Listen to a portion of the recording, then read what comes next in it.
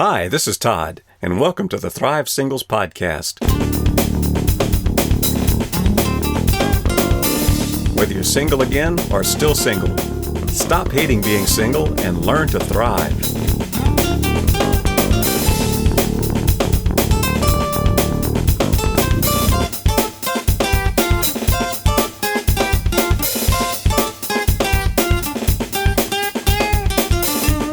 And welcome back to another episode of the Thrive Singles Podcast.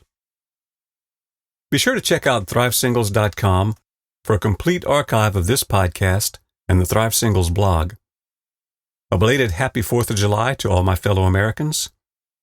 Thinking about the freedom and liberty we enjoy as citizens of the United States of America also got me ruminating a bit about the advantages and freedoms afforded by the single life.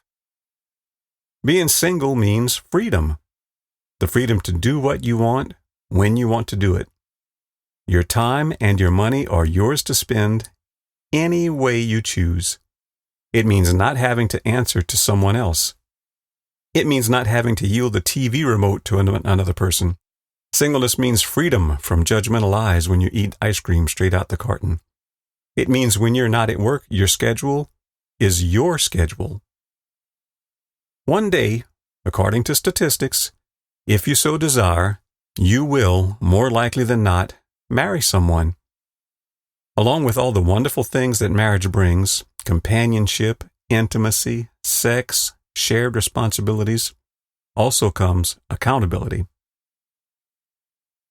What you do, more often than not, will be a joint decision, a collaboration between you and your spouse. Some decisions will be made together as a couple.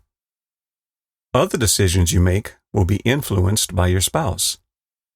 Not that they'll necessarily be manipulative or demanding. It may just be your desire to please them or the subtle influence on your way of thinking. Either way, your decisions will then derive more from the collective you and less from the single you. And that's not necessarily a bad thing. But it means that you should be thankful for and take full advantage of the freedom you enjoy now as a single person. So go ahead, wear that shirt your future spouse will probably hate. Eat the stuff your ex thought was gross. Listen to that obscure band your future special someone may not appreciate. Actually, who knows? While out doing what you want, you may find yourself in the company of someone else who enjoys doing the same thing. But your freedom doesn't end there. You have the power to decide who and what you want to be. This is America. You are single. You decide what you believe, what you stand for, what you enjoy, and what you want to make of your life. Your only limits are your talent and your imagination. So go, do, become, while the choice is totally yours. That's not to say that you entirely give up being what you want when you get married.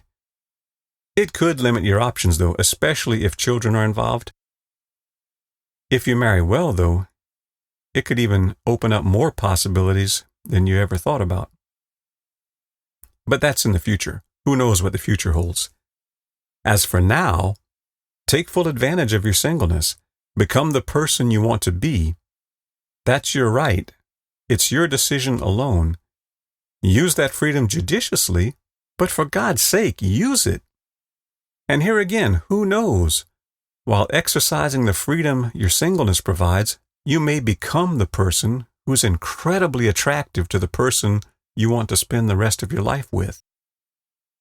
One word of caution, though, with freedom comes responsibility. You alone are responsible both for what you do and for who you become. You alone will bear the consequences, good or bad, of your decisions. So use your freedom judiciously, use it wisely, but like I said earlier, for God's sake, use it. Right now, as a single person, you have freedom. See these years as an opportunity. Hopefully, this is a one-time shot. Make it count. Are you making the most of your singleness? How? Let everybody know in the comments for this article on Thrive Singles blog.